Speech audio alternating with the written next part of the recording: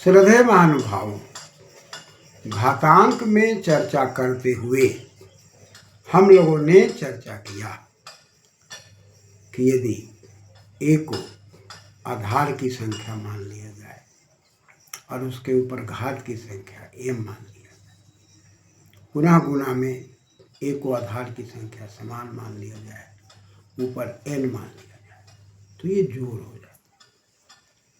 यानी कि गुणा कहाँ से आया था? जोड़ से।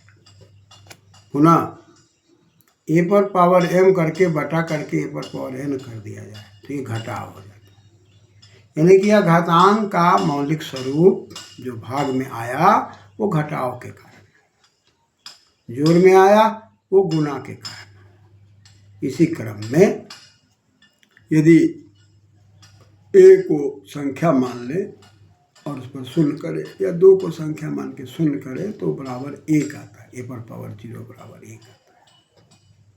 इसमें a पर पावर n बटा a पर पावर n, और इसको घटाव में ले जाएंगे तो a पर power n minus n, 0 0 0, a पर पावर 0 बराबर 1।